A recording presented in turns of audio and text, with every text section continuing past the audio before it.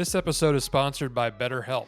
If you're like me, someone who gets stuck in their head a lot, BetterHelp might be the answer. And right now, if you visit betterhelp.com/sold separately or use the link in this video's description, you can get 10% off your first month. So give it a try. Remember, you can't take care of anyone else in your life until you take care of yourself. And now, on with the show.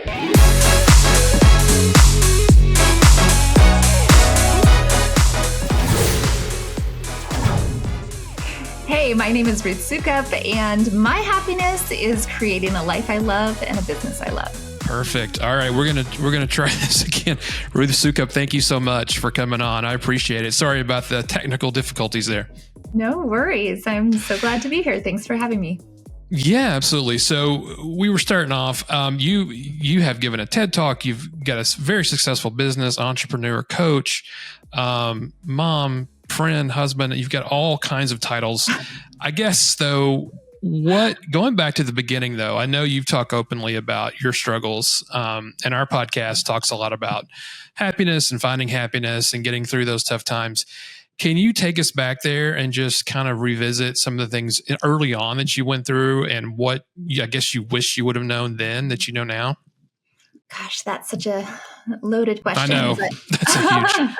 Yeah. So when I was basically in my early 20s, my senior year of college, I ended up going through a really, really dark, deep depression where I ended up attempting suicide and then was hospitalized and basically spent the next 2.5 years in and out of hospitals, attempted suicide multiple times. And the worst of which landed me in a coma on life support. I died in the ambulance and was brought back and was in a coma for a couple of days. And the doctors gave me about a 10% chance of ever waking up. And here I am to live to tell the tale, which most people or a lot of people don't get that chance. So wow. I don't forget that. Right. And even though that was such a, like what you would think was my rock bottom, unfortunately wasn't my rock bottom. I think I had another year of depression after that. But finally I did start to come out of it and had a really great therapist that it was kind of at the point where they had given up on me. I had been in and out of so many hospitals. I think I was in 6 different hospitals over the course of 2.5 years, had electroshock therapy, literally, I mean, which they do not, like people don't even know that they do that anymore, right? Like it's a kind of a bottom of the barrel, like last resort fix. And so they finally sent me home and just said, we don't know what to do for you anymore. And so I laid in bed for a couple months. I think I was at my dad's house because I had no place else to go. By that point, I'd lost my marriage. I dropped out of college. I lost all my friends because it's really hard to be friends with a depressed person or like somebody that depressed for that long of a time. And just kind of had nothing left. And I finally called a therapist and said, I have just spent the last 2.5 years talking about every bad thing that's ever happened to me. And I don't want to talk about it anymore. I just now need to know how to live because I have no life. This is not a life. And I don't know what else to do anymore. And so I started seeing this therapist and that was literally what we would talk about was like how to go to the grocery store without having a panic attack and how to, how to be out in public. And then I slowly got a part-time job and then got a full-time job eventually and moved into my own apartment and like slowly started building my life back. And then of course, ended up going back to school and went to law school and then dropped out of law school and all sorts of things happened after that and met my now current husband. And it was just sort of this very like slow, long process of putting all the pieces back together after I had literally just thrown it all away, right? Like hit rock bottom and threw it all away. And so, I didn't really know, looking back at all of that, if I could go back and talk to that girl that was just so distraught and hopeless. And I think this is why I tell my story now. It's that there's always a way out, right? Like, I think that's probably the lesson that I have carried with me for the last 25 years, because it has been 25 years since all of this happened. And it's not painful for me to talk about, right? Like sometimes I forget how even shocking my story can be, because I'm well past it. But the reason that I do talk about it is because I think when I was in the hospital and when I was struggling with depression, what I never saw, and what you don't see when you're kind of deep in that world, is hope or people getting better. I would see people be released from the hospital, right? Our medical system is so screwed up and insurance is so screwed up. So people get hospitalized and then they get released because their insurance runs out. And so then they have to self-harm again. And then they come back, and it's like this revolving door of people just like never, no hope, no hope, no hope, no hope, no hope. And I used to say that to my doctors, like, how can you tell me that I'm going to get better when nobody ever does? Look around. All these people have been in and out of here for years. Nobody's ever going to get better. And I think like that was why they probably gave up on me, because I would like rationalize like my depression.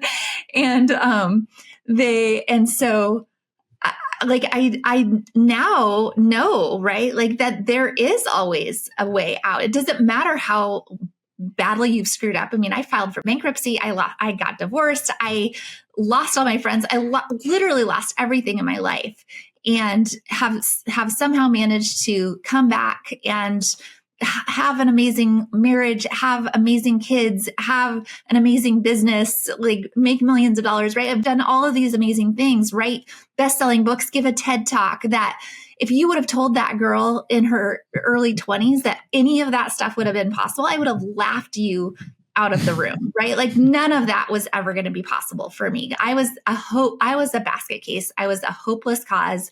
There was nothing worth living for. And now I see the difference. And that's having the benefit of 25 years of like being able to look back. But what if I hadn't been there, right? Like, what if I had succeeded in those attempts, and I would have missed out on so much, but the world would have missed out on a lot too, because I feel like I have had that opportunity to contribute, and everyone does. And so it's never the end. You're never done. There's never a time where it's not going to get better, no matter how bad things are. And that's what I keep coming back to. And I think that's the lesson that I would keep coming back to over and over again, is that even if you can't see the light right now, know that it exists. And if you can't hold it for yourself, then let me hold it for you.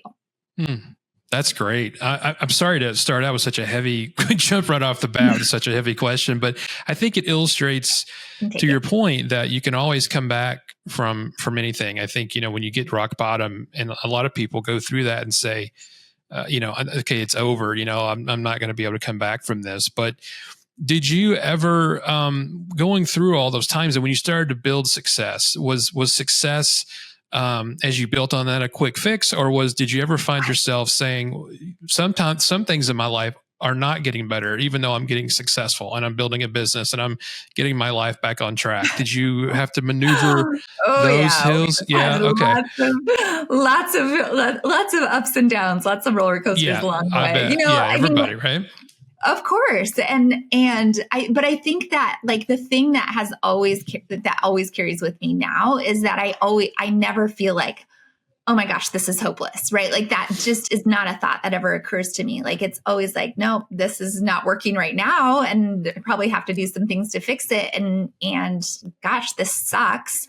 But there's always a way to overcome it. The first thing was I like finally pulled my life together right after so many years of depression and dropping out of college. I went back to school. I finished my degree. I took the LSAT. I got accepted to this dual degree program. I was like, because I had always wanted to be a lawyer, right? And while I was in the hospital, I watched Legally Blonde like 1,000 times. So I was like, I'm going back to law school, right? I'm doing this. I'm going to law school. So I get into this like top 20 school, get accepted to their business program, to their MBA, did their dual degree program, MBA, JD. I was doing it. I was moving to St. Louis and to go to law school. My boyfriend at the time decided to move with me, right? I started dating this great guy. He was like, I'm not giving you up. I'm coming with you. So we moved to St. Louis and we're there and I'm in law school and it is nothing like Legally Blonde, like not even close, right? Like I realized that all the shitty parts of law school, they just like did a musical montage to not show you all the bad parts. And I'm like, oh, this sucks. And I was so unhappy, right? I was so unhappy. And I'm not a quitter. I'm pretty driven, pretty like get after it person. Sure. And I remember like walking and by then he was my fiance. And we were walking in the park one Sunday and I was just so miserable, right? I was just talking about, I hate this. I hate this so much. I hate this. I hate this. I hate this.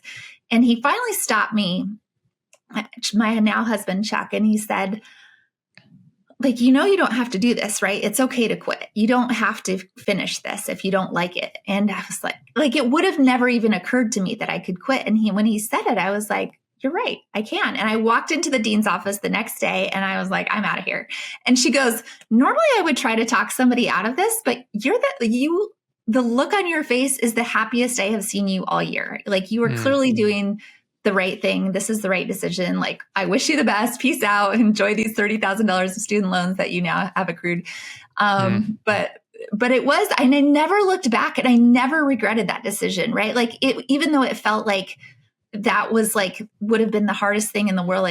Like after finally pulling my life together, now I'm going to fail at this thing.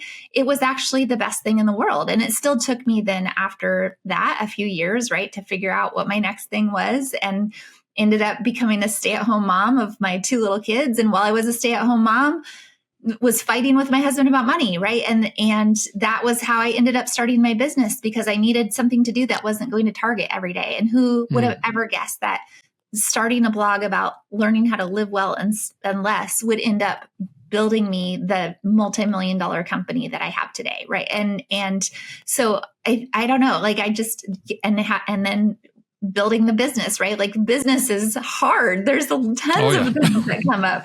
Like there's employee issues. I got sued one time, which was incredibly stressful. I've had so many like ups and downs as a business owner over the past 15 years since starting my business, that I think that the only constant is that there's going to be problems and that there's going to be trouble. And yet I always go back to that lesson that I learned way back then, which is like, it's never hopeless. There's always there's always an up for every down.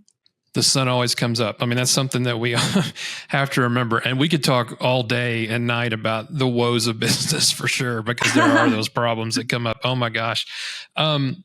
During that time, I mean, I think about that when you quit law school. I mean, we're wired that way to think, oh, we can't quit, keep going. But if you feel it in your gut that it's not you, I think that's the time where you do have to walk away. And you may not have ever started this business, right? If you had gone on through law school. Never would have. Probably would be still a miserable lawyer to this day. And still, and working on the student loans back then early on. Yeah, for sure. Yeah. Did pay them off. I paid them all off. So that's all good. Awesome. That is awesome. What, during that time, and going back to the building the business, living well, and what were some of the dark feelings that you had to overcome? Like, did you have a lot of doubt? Did you have a lot of beliefs that you had to kind of talk yourself out of? Because building a business is one of the hardest things you can ever do. And so I'm right there with you on that. It is. And I think, it's funny because I when I think about starting my business, I didn't start it out of fear, right? I started it literally because I needed something to do. I didn't even start it honestly as a business at first, but within like the first 30 days of being like entering the world of online, at the time it was blogging. And I was like, oh my gosh, there's like people making money at this. And I remember I went to my husband and I was like, honey, there's like people making money online. And because this is 2010, right? It wasn't as big of a deal back then. And I'm like, I think I'm going to do that too. I'm going to turn this blog into a business, and I'm going to make enough money that you can quit your job. Cause he was an engineer, and just hated his job, right? He hated going to work, which was one of the reasons we fought so much about money, because he saw every dollar I spent at Target as another hour he had to spend working at a job he hated.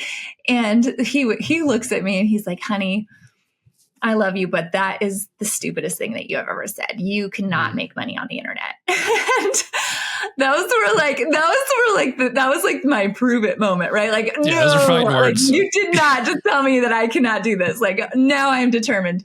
But I didn't have really there was not a lot at stake, I think, which is like when I look back and what a blessing that was for me, because I didn't know any better. Like I just wanted it more than I was afraid of it. And so I didn't care what what do I have to do? I'm going to learn all the things. I'm going to learn SEO. I'm going to do whatever I have to do. I'm going to make stupid YouTube videos if that's what works. And I was terrified of video, but I started doing all of these things that I was afraid of because I had this goal in mind. Like, I just want to make enough money that I can prove him wrong and have him quit his job. And so that was about 3 years, right, of just trying to like figure it out. But then I finally hit that goal and my business started making enough money that we were like, okay, this makes sense. Because we had always said one of us is going to stay home with our kids.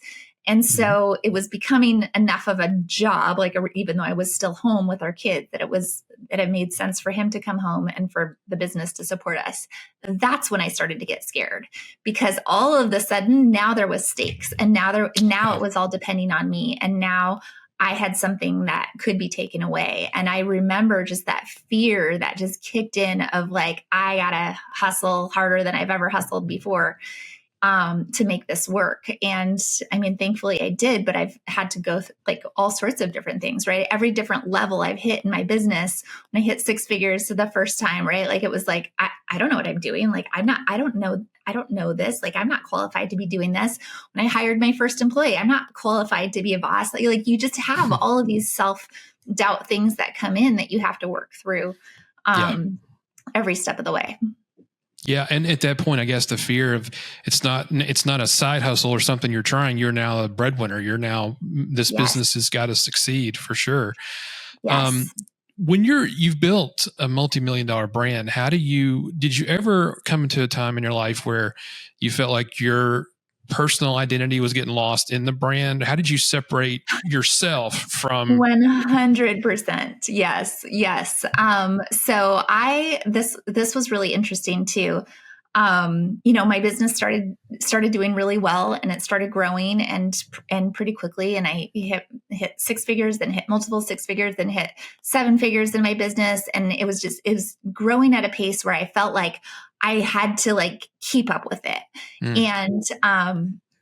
And really started, you kind of look around and you see like, oh, if I have this big business, then I got to be doing big things. I got to be speaking everywhere, and I got to be networking, and I got to be connecting with the right people. And I need a PR company. And I started hiring, all these people to help me, and consultants and all this stuff. And so eventually I had like a team of 40 people, had a full-time publicist who was sending me to all these places. I was traveling all the time, writing books, and just basically miserable, working 80 hours a week, because at the same time, I hadn't really like mastered the art of leadership in my company. So I had all these people working for me, and yet I was still the driver. I was still the strategist. I was still the person who was making all the decisions and writing all the content and creating all the things, and just working harder and harder and harder and harder and harder.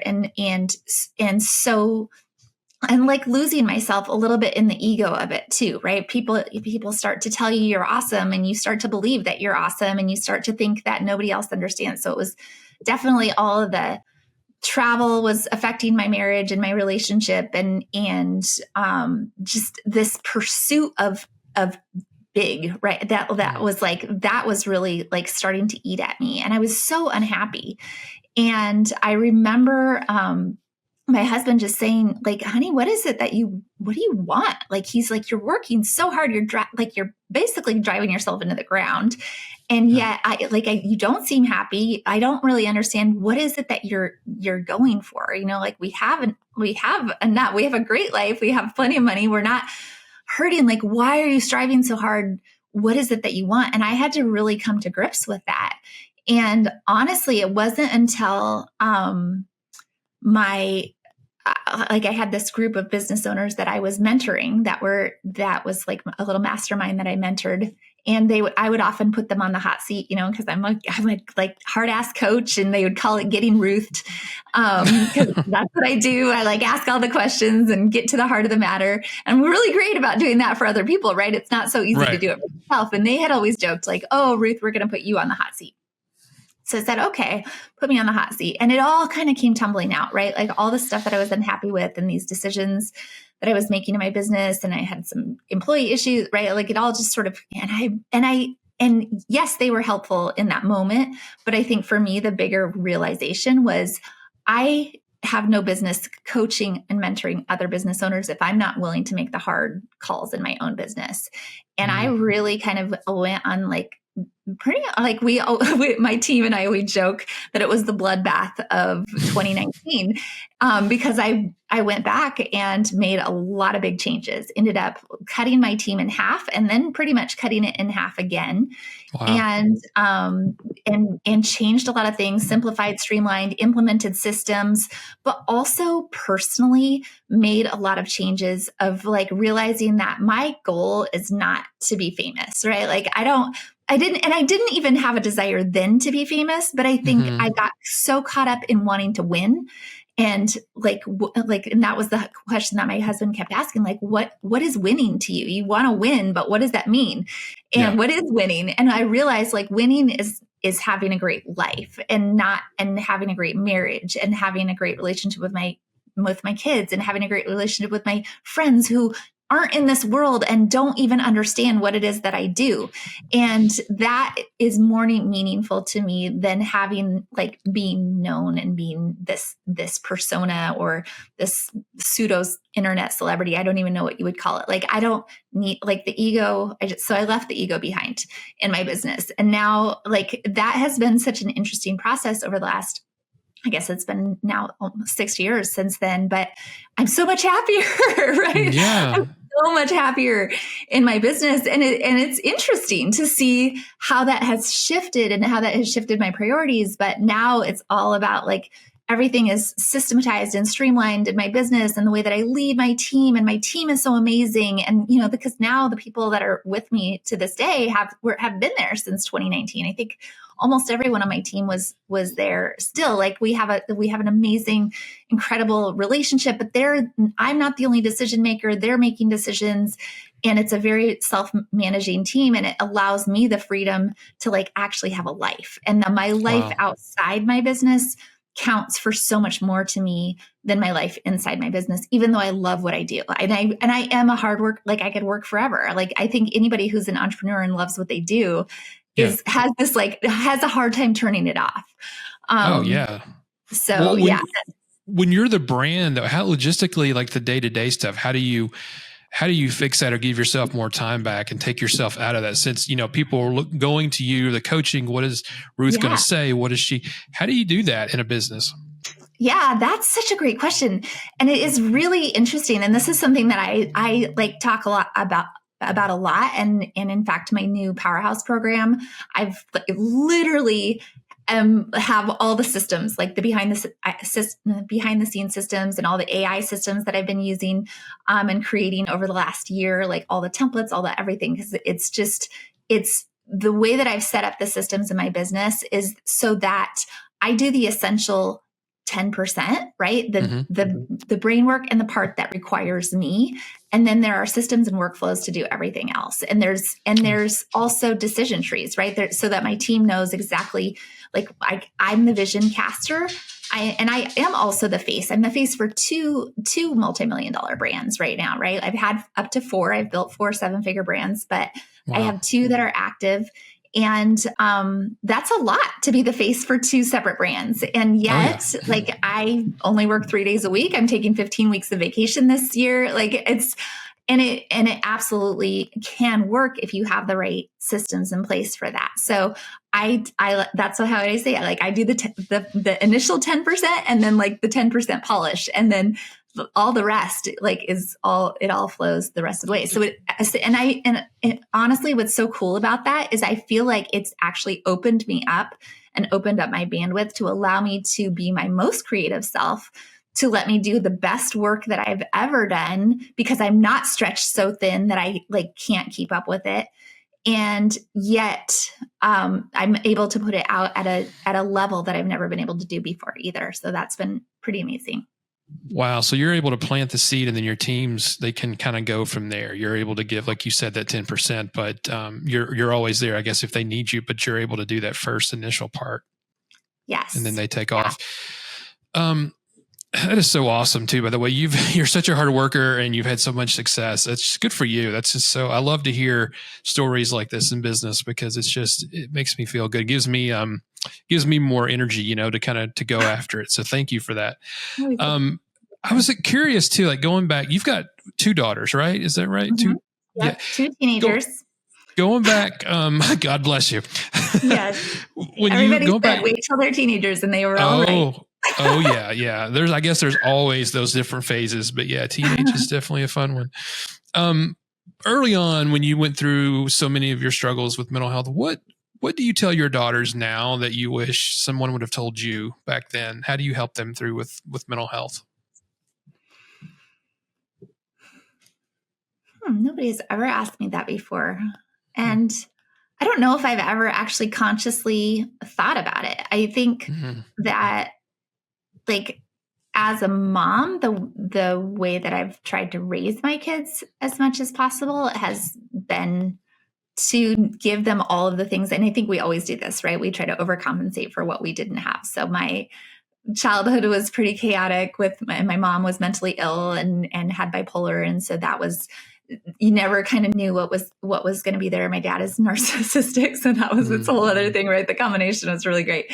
So there was just like so much neglect in my upbringing that I think I've tried to do the opposite for my kids, and just like, which is one of the reasons why my husband and I always made that call. Like, one of us will always be home with our kids, and we have, like, their whole life. They've always had 2 parents who love each other, who, yes, we've had our share of normal struggles, I think, that every couple has, but we like we're a team, and that, I think, comes through to our kids. And so hopefully that has been the part. I think, like, I'm very grateful that I haven't had to see, not that they haven't had any struggles with different things, but they haven't had to deal with any depression issues or real anxiety issues that have come up. But I would hope that in those moments, the recognition that it's okay to feel what you feel, right? It's not okay to, like, go out there and go crazy on it, but like, it's okay to feel what you feel. And I think that has been, like, it is kind of cool as a parent to know that you can have, like, that do-over. Now, will my kids someday be in therapy for, their mom being a workaholic? Probably. Who knows, right? Like, we always screw our kids somehow. But yeah, I thankfully have never had to, I guess, expressly think about that question. Just trying to give my kids better than what I had has been my main approach.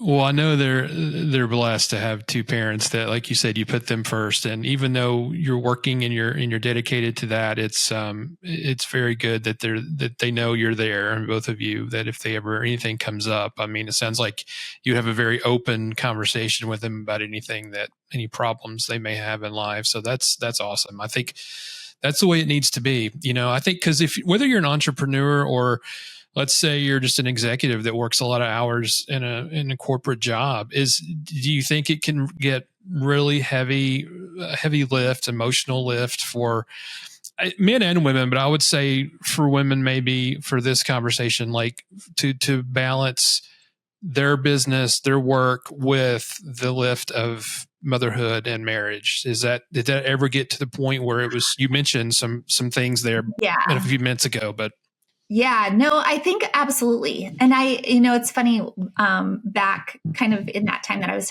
telling you about in 2018, 2019, when I was kind of in this deeply driven, traveling all the time, my husband and I did go to marriage counseling, and it was really interesting, because the counselor, like, my husband talked and said all the things that he was, irritated with me. And I talked and said all the things that I was irritated with, which wasn't really that much, right? Like, it was more like he was frustrated with me. And And finally the counselors looked at my husband and said, like, how long have you been burnt out? And then my husband said, what? I'm not burnt out. Right. And he said, well, I see a lot of couples, and normally this situation is reversed. Usually it's the wife who's making the same complaints, like he's never here and never there, right? Like not engaged with the things. And that was kind of like what I had said was like, if I was a man working the same amount of hours and building a business, and nobody would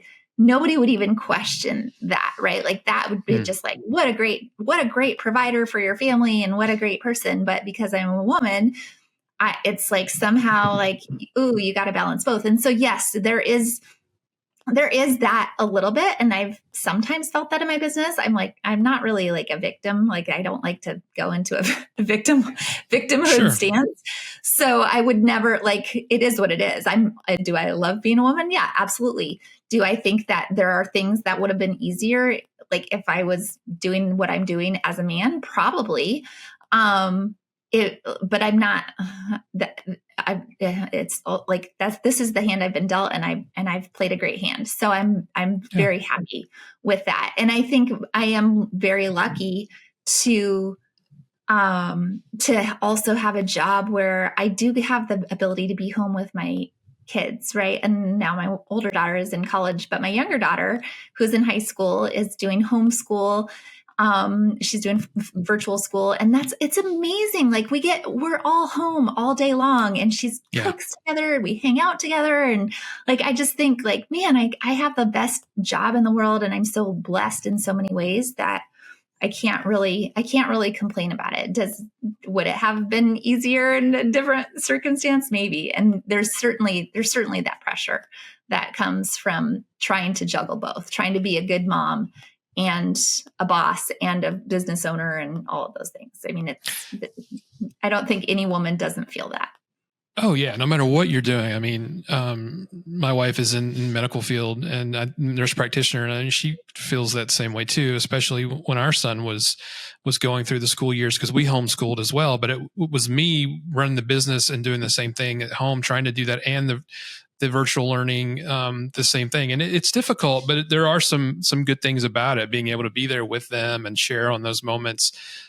So I think too, like you said, it's whatever your life looks like. Not everybody's life is going to look like a cookie cutter section. And I think we go with what we're given or how we find ourselves, and we do the best we can. And I like to believe that it's all meant to be, and there are no coincidences, and it works out somehow, some way in the mix. Did you ever, when you were going through some of those times where you were working so hard, and did you ever think about cashing it in and saying, I'm just going to get a regular job and give up on this? Or did you ever have those mornings where you're like, what am I doing?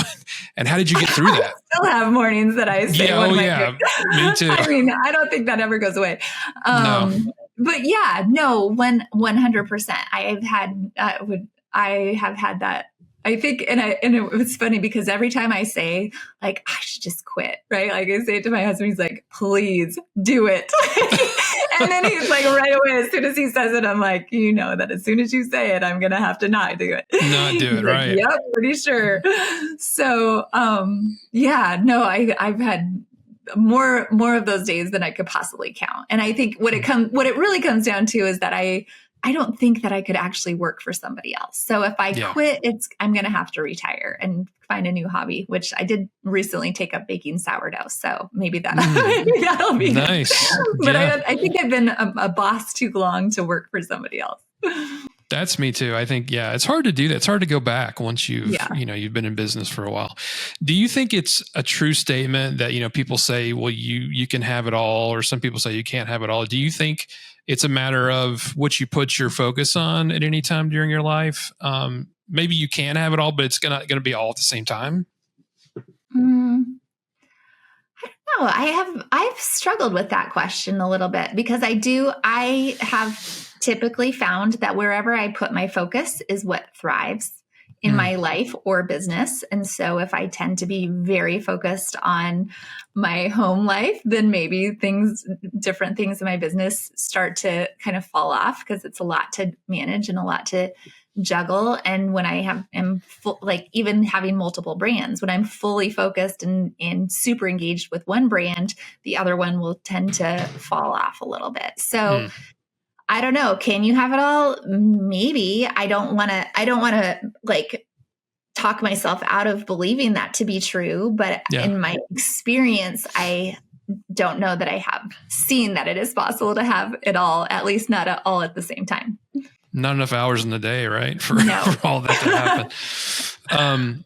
My gosh. How's your faith? Does that play in a lot to your life and how you've gotten through some hard times and difficult times in your life? 100%. My faith is, what is actually really interesting. I'll tell you a funny story. So I grew up in a very religious family, even though it was very messed up, lots of problems, but my parents, both strong Christians, and went to church twice every Sunday, not just once. We went morning and night and youth group on Wednesday, like Christian school my whole life, Christian college, everything like was like, not just like important, like it was the center point of my entire life and childhood growing up. And then I went through this depression in college, and it just so happened that I was taking a theology class and a philosophy class at the same time. And I think the combination of those two classes and this just cloud that was coming over me really just got me to a point. I started reading tons of existential philosophy, and I was like, it's all a social construct. This religion it's all bullshit, right? Like I couldn't reconcile. And I think what I was really reconciling was like a God that's real would not have let all these things happen to me, that I was starting to have all these memories of trauma and things. But then why I became suicidal was because in the absence of God, which had been the center of everything in my life was meaningless, right? Like there was no reason to keep living, because if God doesn't exist, then what's the point? And I just became very rationally suicidal, if that's a thing. Like it was depression, but there was like, I thought I was a really smart 21-year-old, right? Yeah. But as all 21-year-olds do, think they're very they're geniuses. I was a genius. And so I walked away from religion and just for years. And so that whole time where I was super, super depressed, that was not a part of my life. And even after I started to recover, it was still not a part of my life. And when I met my husband, who's my now husband, my second husband, my now husband, he was also not religious. He had, grown up pseudo-religious, not like going to church twice on Sunday or whatever, but wasn't really part of his life, right? And so it was not a part of our marriage when we got married. And then it's going to be a long story. No, it's fine. We had kids, right? And so we had our first daughter, and my husband was 45. Well, I was 25 and he was 45 when we met. So he was older, and his mom was in her 80s at the time. And she had no grandchildren because his sister had never had children. And she had kind of given up on ever having grandchildren, but she had always said that if she was ever going to have a grandchild, she wanted her grandchild to have this baptism dress that was made out of her wedding dress. And this was like this dream that she had had for 50 years, right? So we have this child, and we're like, oh, we gotta like get the baptism dress, right? She has this baptism dress made out of her wedding dress, and it's like this big thing. And we're like, now we have to go get our kid baptized, and we're not religious. So that's like baptism is a big deal. And like, they don't let you just like walk in. Right. And so, but I was still technically a member of the church that I had grown up in. So for our first daughter, we had her baptized there. Then fast forward, another kid, she needs to be baptized as well in the same dress. And now we're living in Florida. And so we had to start going to a church. And then we had to join the church in order to get this baptism. And we're doing it just solely just for the stupid dress, right? Like that's all we want is the pictures in the dress, the baptism. That's all we're trying to do. Like we had no interest in going to church. Well, God works in funny ways. And so he pulled us into this church, and we, have to join, and we're like kind of crossing our fingers behind our back, like saying all the things that you have to do when you join the church, get the baptism. And then we felt guilty because we're like, well, we can't just like drop out as soon as we have the baptism. So we'll keep going. And then they kept inviting us to things, right? At this church, they like kept inviting us to like small group, and we didn't really know anybody. So we're like, oh, I guess we can go to this Bible study. And my husband and I, and this is no joke, we would pack the kids up in the car to go to this Bible study. And we would pound a beer in our driveway because we're like, oh, we gotta go talk about God again. And we throw it at the lawn. And that went on for like probably a year, right? That we kept going to this home builders group, but like God kept pulling us in, right? Like we were so like, like not into it. And he kept pulling us in and kept pulling us in. And yet, because our relationship was not faith-based at all, like we had no way of talking to each other about it, right? And so God was really working on both of our hearts, very separately and very independently. And by this point, I had started my business and started my blog, and I ended up writing a blog post about it, about how basically I kind of surrendered. And my husband at the time read my blog every day, and he was like, so were you going to tell me that you found Jesus? And I was like, well, I don't really know how to tell you. He's like, well, I did too. And so that was kind of the start of our faith journey, which seems so strange. And yet, like, then, and obviously it's become stronger, much stronger in the years since. And it's such a foundational part of our relationship now, which seems so strange to think that there was ever a time that it wasn't, because it's been so many years. But yeah, there was a moment that I had at church where I've heard God speak to me two times, right? Some people think or say God speaks to them all the time. I have only heard it twice, but once was standing in church where I so distinctly heard a voice say, this is why you're here. This is why I saved you all those years ago. This is why you're here to tell your story. And that, like, I've never forgotten that, right? Like, you don't forget that feeling of hearing it. But that is why I come on podcasts and I talk about it, because it's like, I know I have a purpose, and I believe that every person does, but that was mine. Wow. How did your, it's so interesting with your husband. How did he come to find the Lord? How did he get to that point? And you guys told each other, was he feeling it? Way. Yeah.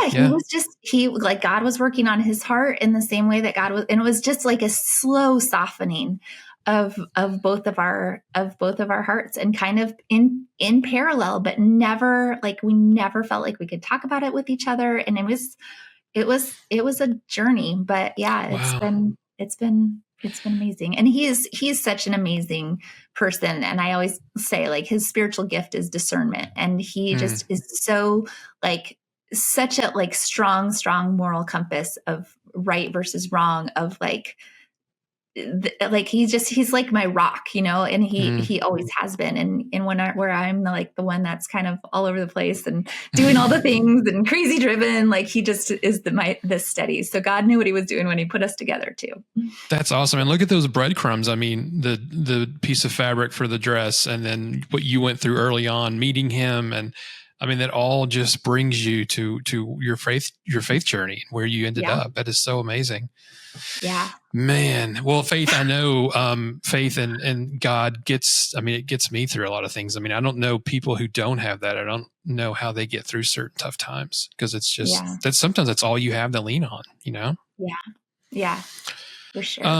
For the women out there who may be, white knuckling life and doing all the things, doing all the right things that, they're trying to get through, but still feel maybe empty inside. What do you say to them? To hold on, or just hold on one more day or one more opportunity? Cause you've been there, you were there, and some days you may still be there, depending on what life throws at you. So what could you offer maybe to women that are holding on just barely? couple of things. So going back to that conversation or our one marriage counseling session, because after the guy told my husband he was burned out, my husband's like, we're never going back there again. So, but what was funny is that we actually really did get a lot out of that one session, because the thing that he said is like, you're burned out, but you need something of your own. And you're so focused on, this is what I see with a lot of women, right? Like that's him talking, the counselor talking, and saying like, you spend all of your days just doing these repetitive things, the laundry, cooking dinner, going to the grocery store, raising the kids. And it's all very thankless work that doesn't feel like it has a lot of meaning, even though it does. Like big picture wise, you can see that it has a lot of meaning, but day to day, it doesn't feel that way. Sure. So you need things of your own that you're excited about and passionate about, and that are giving you bringing you joy and giving you like purpose.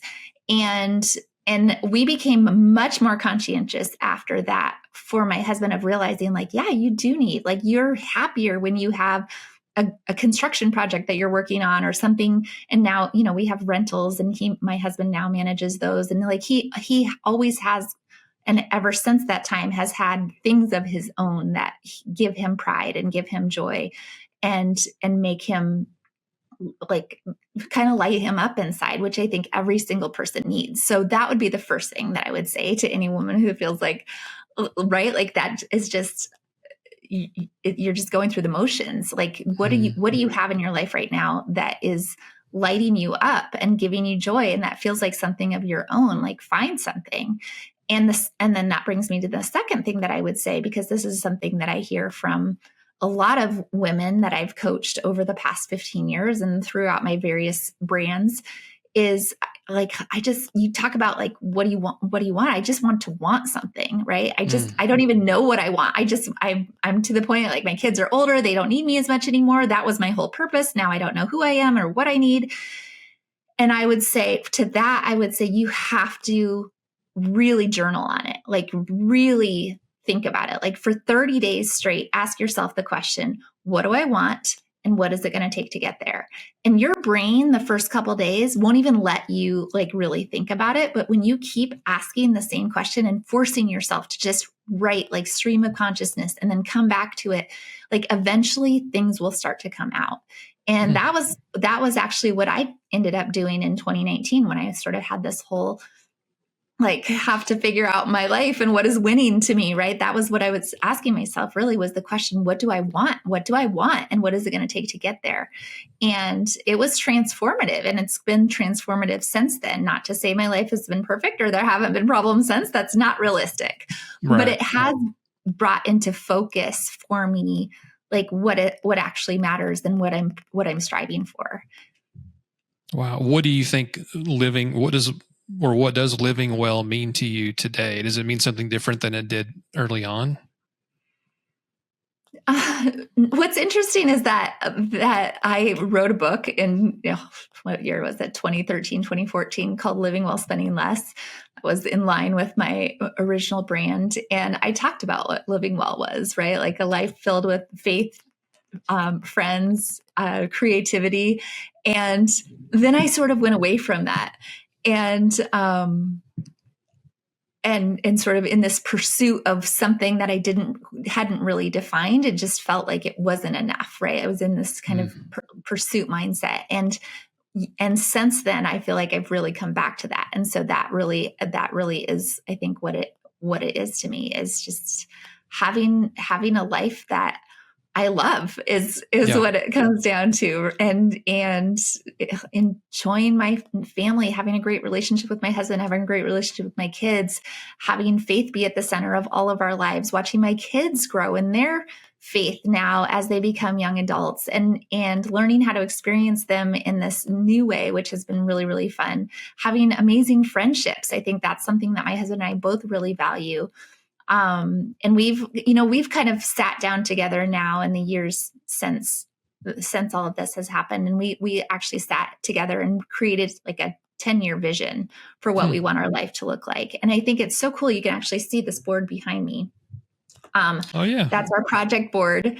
But having this sort of shared vision, we bought this one part of this big vision was to buy a property that was on acreage, right? We bought this farm, and we want to have a place where people can gather.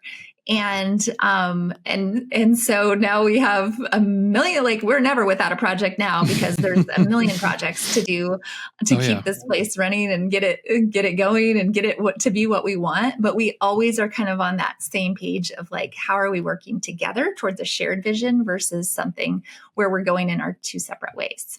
Well, and that's going to look differently for everyone, right? I mean, whatever makes you happy and that's the core of your life to go back to, that's going to look differently, I think, to everybody. It's just a matter of getting back there maybe when things are kind of going crazy and you want to get centered again.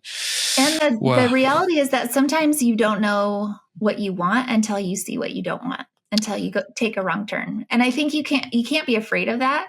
In life, like you're going to screw up, you're going to make bad decisions, you're going to choose something and realize this is not the thing. I mean, I have law school, but also like every time I choose the wrong path and I recognize it and I see like that helps me get on the right path. And I think that's just part of the journey.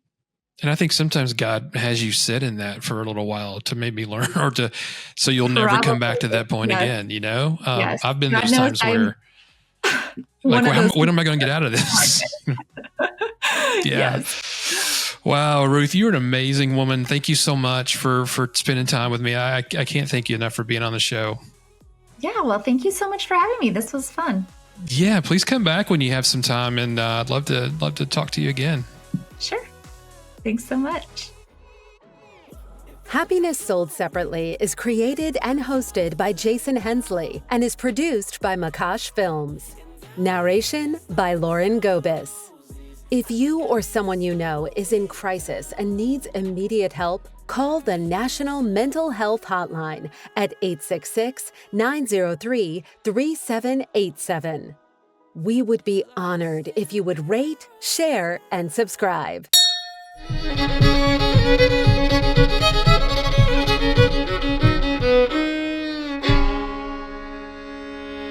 Aye, that's a good one.